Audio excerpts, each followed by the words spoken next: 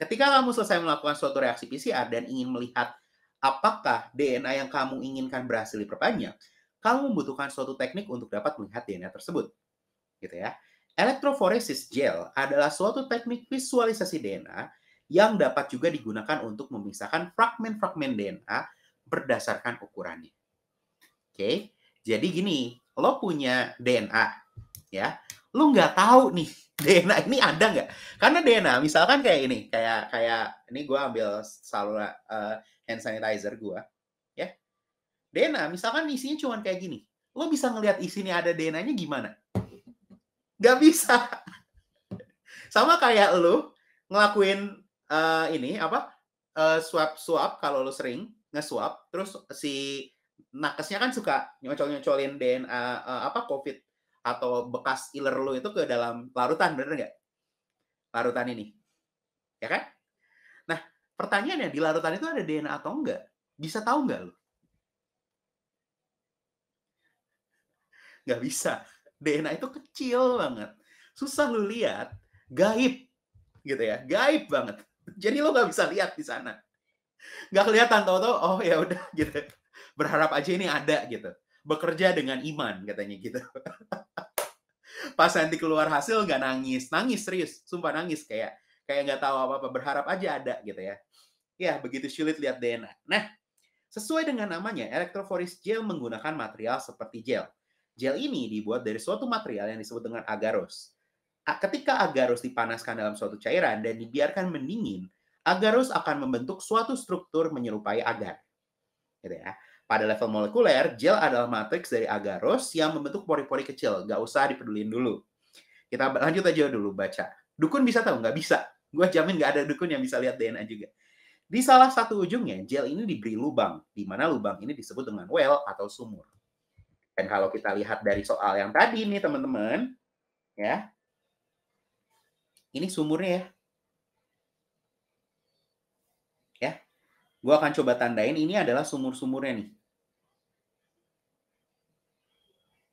Ya kan? Ini adalah sumurnya nih. Dari bacaan.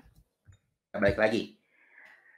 Sumur adalah tempat untuk memasukkan DNA. Jadi DNA ini dimasukkan ke dalam sini nih, ke dalam sumur-sumur ini. Oke? Balik lagi. Sebelum DNA ditambahkan ke dalam gel ini, gel harus ditempatkan dalam suatu kotak.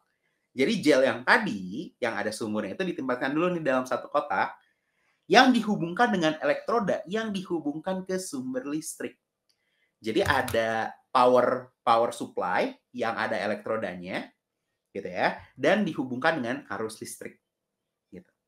Bagian gel yang terdapat well ditempatkan dalam elektroda negatif, sementara bagian gel lainnya ditempatkan di dekat elektroda positif. Jadi ini ada elektroda negatif karena ada sumurnya. Elektroda positifnya ini ke sini. Ya. Gitu. Ya.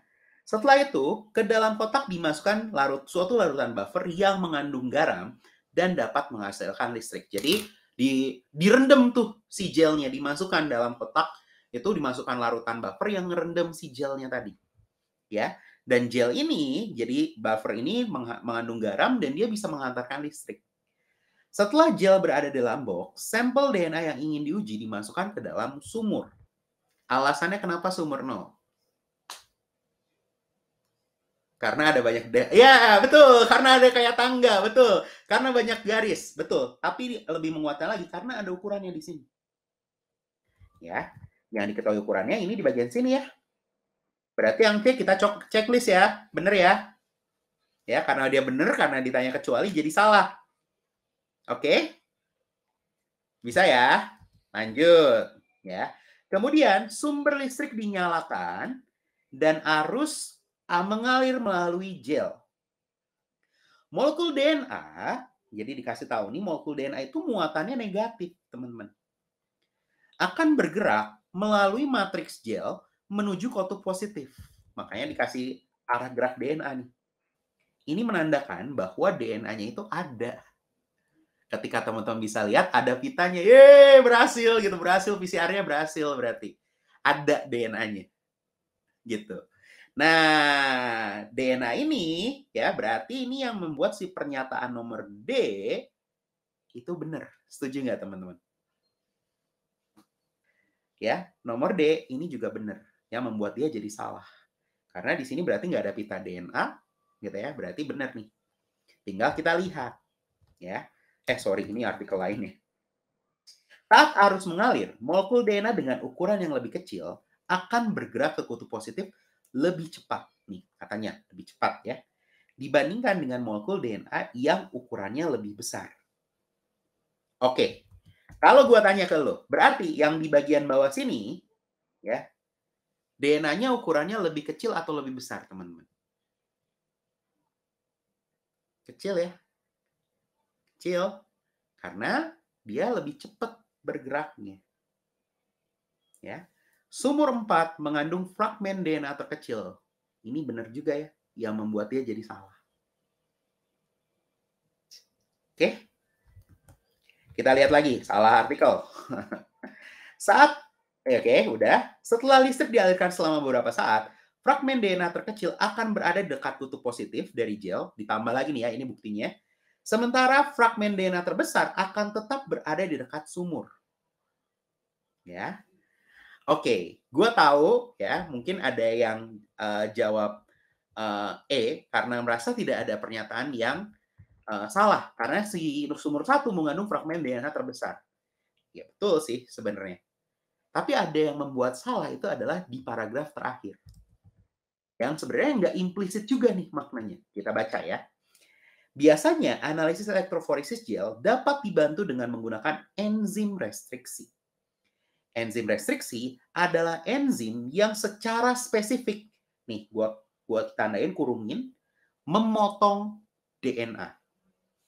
Urutan kode pada DNA menentukan apakah DNA tersebut dipotong menjadi beberapa bagian atau tidak sama sekali.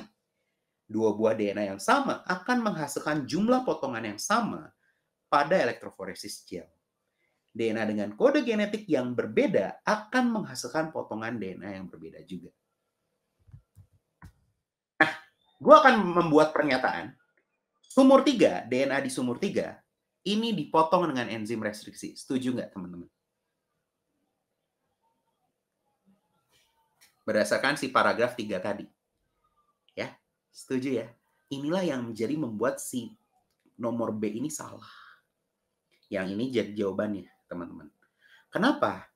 Ya, ketika dipotong, ukuran DNA awalnya itu berarti 3000 ditambah something-nya di sini ya.